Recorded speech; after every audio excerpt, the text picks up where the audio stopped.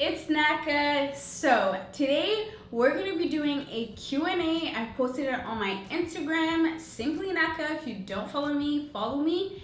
And you guys, I was like, if you need advice on anything, let me know. Or if there's something that you want me to talk about more, let me know. So just a quick disclaimer, the advice I'm going to give is advice. I'm not telling you to do these things. So if you get in some sort of trouble or anything, that's on you. It's not on me. Like, I'm not telling you to do these things.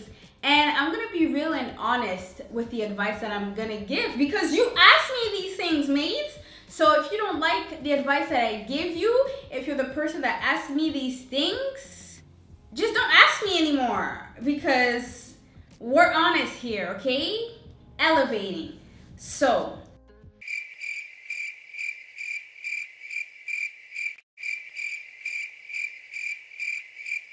5 hours later. I'm dating a guy who lied to me when we met and told me he didn't have anyone in his life. Alright, I already see a problem with that. It says I'm dating. Then later I found out that he stays with his baby mama. I even spoke to the lady. She told me they have problems and she's hoping they will fix it. They are staying together and sleeping separately, but it's hard for me to believe all that. The guy says he can't move out because he is not financially stable. Should I trust him? Did you hear that, mates? Should you trust him? First of all, you shouldn't even be with him. Like, he has another girl and he has children with that girl living together. Do you see the problems here? No, you shouldn't trust him. You shouldn't even be dating him. You should. The moment a guy lies to you, especially like if it was real what he would have told you, whatever, he could have just been like, hey, I'm currently living with the mother of my children. We're sleeping like in different bedrooms or whatever, but we're not together. And he could have been like, do you want to come over or something? And you go over. No, that's too messy. Don't even entertain it. Just cut it off. Like, well, if that was, well, first of all, that was me. It could never be me because I would never put myself in that situation. Just cut it off. There's too many guys out there for you to be stressing over this bum. And he's not financially stable? No. Ow. What's your advice on long distance relationship?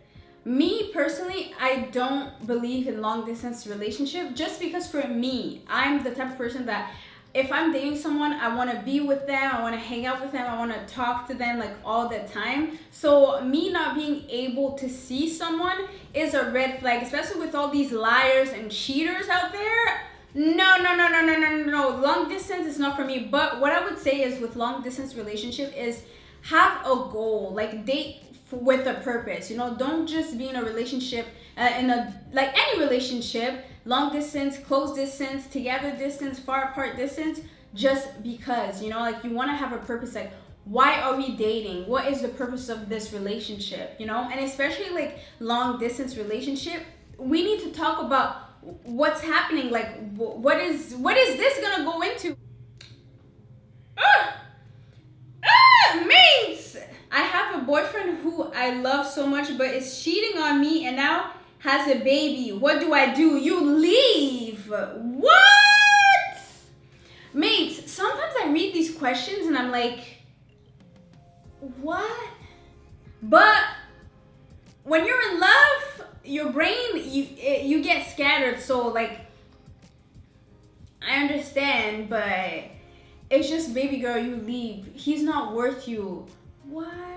He's cheat. That is the worst. Can you imagine, mate? If you were to get cheated on, I feel like it would literally be like the worst feeling ever. Your self-esteem would be ruined. Like, so it's just, that's why I have no pity for men that cheat, because you literally ruin someone's life.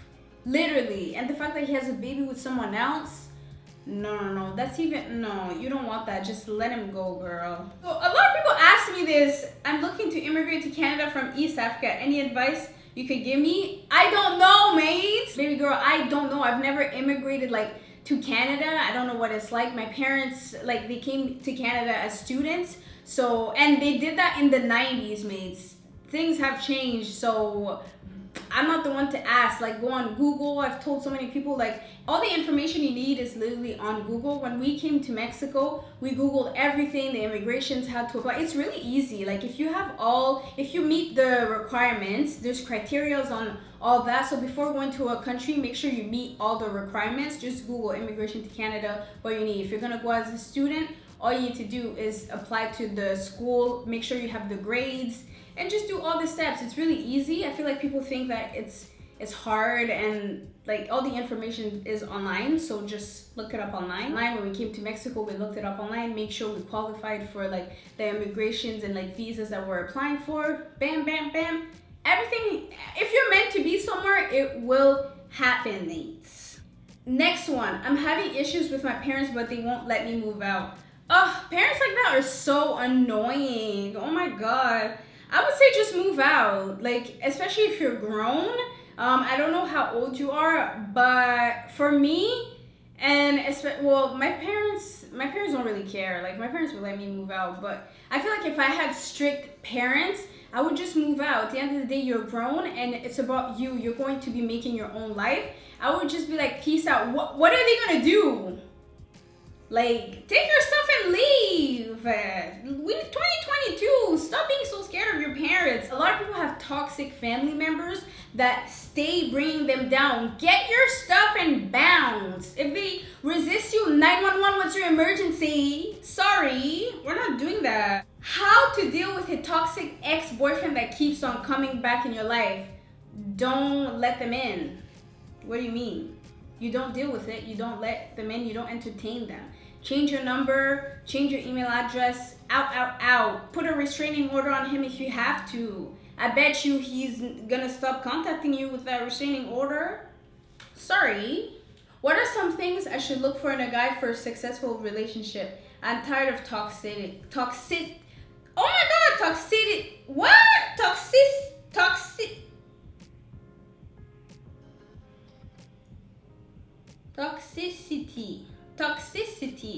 Say it, mates. Toxicity. Anyways, toxic man. So, with that, I would say, God, mates, I actually find it so annoying how, like, I always talk with my hands, like, and I try so hard not to use my hands when I talk, but then my eyes start to twitch if I don't use my hands. So, it's like, even when I win, I lose with my hands. Like, it's annoying. But to answer that question, in order not to attract toxic men, it's all about you. It's not like your energy flows through the universe and people feel your energy. And if you because toxic men, one thing I've noticed, they don't go for confident women. You will never see a confident woman putting up with a guy that treats her like shit, that talks to her a certain way. Because when you know your worth, you're not gonna put up with BS. Sorry. It's true, mate. It's like when you demand respect, your man is gonna know that. So I would say you need to focus on yourself. There's issues within yourself that you have to deal with, and also recognize the red flags at the beginning, because you can tell when a guy is trash from the beginning. And once you do at the beginning, it saves you time. Like, sorry. Hey Naka, how do you deal with not being able to make friends? When I was in high school, I had an issue with that. So I went to a school where I couldn't relate to anyone just because everyone was very different from me. Not even just race, just they were weird. Those kids I went to school with, they like to do drugs, they like to and I wasn't about that. So I would say what helped me was knowing that high school isn't forever, or university, college isn't forever. I told myself that I'm just relating it to school, because now I don't really care about friends.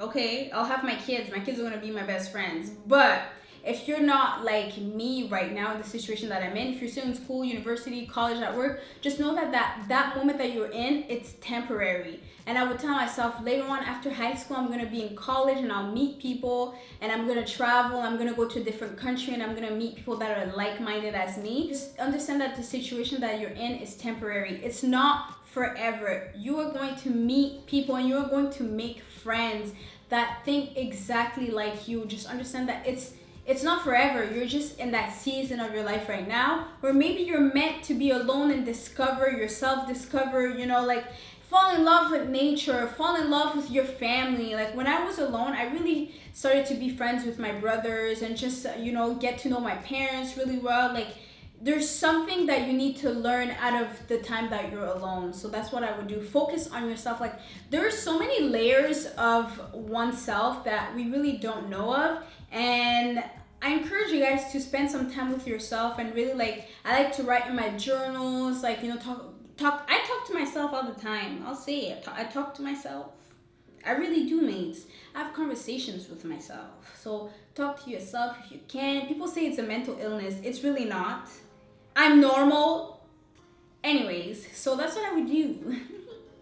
My boyfriend does edibles. We had the conversation and he said he doesn't do it as a form of catharsis. What is this, honey? Mates, I've never heard of this word before. Let me Google this. That he just likes to get high. It is a deal breaker for me, but I really love him. What do I do? He's also a very calm person. Because he's always high, girl. I'm quite energetic. I'm worried we might not be compatible. Mates, let me tell you something. Fun fact, at the beginning of when me and Dominic first started dating, I actually found out that whenever Dominic hung out with his friends and stuff, he would get high with them. Like they would smoke together and stuff like that. And weed, my number one deal breaker. For me, my deal breakers when I was at the age where I was looking for someone serious, weed was my number one thing, and an atheist. But besides that, drugs and an atheist, there was no compromising with that. So when I told Dominic, when I found out, because one day man's come in his eyes, I'm like, oh my God, are you high? So I told him that day, high and all, I was just like, if you smoke again, weed is my number one deal breaker. I'm breaking up with you. I'm not gonna stay with you. It's done, it's over. And he was shook. He was like, oh, okay. And then he stopped cold turkey. He took all his vapes, the thingy, the stash I saw, he flushed it down the toilet, threw it out. He told me he's never gonna do it again. And he never did. So since it's a deal breaker for you, because maybe he didn't understand a deal breaker, because clearly I don't think it's that big of a deal breaker, because if it's a deal breaker for someone, and that's what I mean, people use words lightly, deal breaker, I was ready to drop Dominic that moment and there, but he was super nervous. He's like, oh my God, I didn't know. Okay, I'm not gonna do it again. He understood the severity of it, because I don't play with God or drugs. Those are the two things. I'm not about to do that. So, and but the thing is, you have to understand his point of view too. Weed, I'm gonna say this, it's not that bad. People use weed all the time. It's not a big deal. That's just what I say, weed. So why should he stop smoking his weed? And he likes it, and it makes him feel good just because you don't like it. You know what I mean? So I would say, and the fact that you talked about it and he told you, he's like, yo, I like it. When I talked with Dominic, he was just like, oh, okay. He didn't even like it, so he stopped. So it's a different situation. So I would say, if it's a deal breaker for you and you know your reasons why you don't like that, I have my personal reasons why I can't stand the smell of weed. I can't. It's personal reasons that I'm not going to share with anyone. But and Dominic, and I explained that to Dominic, and he understood, and he's like, okay, I won't smoke anymore. So I would say, I don't know what your reasons are, but if you can't respect that and it's a deal breaker for you, then you have to honor that. You have to stay true to you and what you said were your deal breaker, and move on and find someone that doesn't get high. There's a million guys out there that don't get high. Like I said, there's a million of guys out there. There are. Don't settle for people that don't meet what you like. It's so easy, especially if you talk to him. Some people are the way they are, and you either take it or leave it. You're either gonna have to stay with him and deal with him getting high, or he's gonna have to change. But if he doesn't want to change, then one of you is going to compromise, or you can separate. So it's up to you, but don't force him to do anything he doesn't want to do. It has to come from him, because it's not fair for him to stop smoking weed just because his girlfriend doesn't like it. It makes no sense. Okay, this is a good one. Is life in high school really the best it's gonna get? Because I hate it here. Sis, I hated it there too. Let me tell you, Life after high school is amazing. I hate when people say high school is your prime, the best years of your life. When the teachers would say that, I remember sitting in the auditorium like, damn, this is the best years of my life? This shit's depressing. It's a lie. I rebuke that. No, sis. Like, what? High school is not the best. These people like, no. No. Life after high school is the best. Life after university, life after college is the best. Like, life once you're established, once, you know, like you're happy and like let's say you have your job, like after all that schooling, like life after high school is honestly, for me personally, the best. I feel like it's so sad, people that are like, oh, high school is the prime of your life, the best years of my life. So in high school, that's very sad. That's extremely sad. So the best years of your life were when you're like 14 to 16. Tragic, mates. No, it's not. Don't worry about it, sweetheart. It gets better after high school.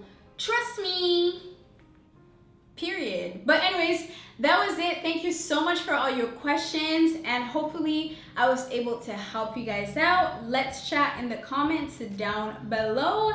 Let me know what you guys think, and let's give each other advice. You know, these questions, mates, they were asked by you guys. I didn't make this up, mates. You guys asked me these and I answered. So let's all gather in the comment section and give each other advice. Help our mates out, guys. So I'll see you in my next video.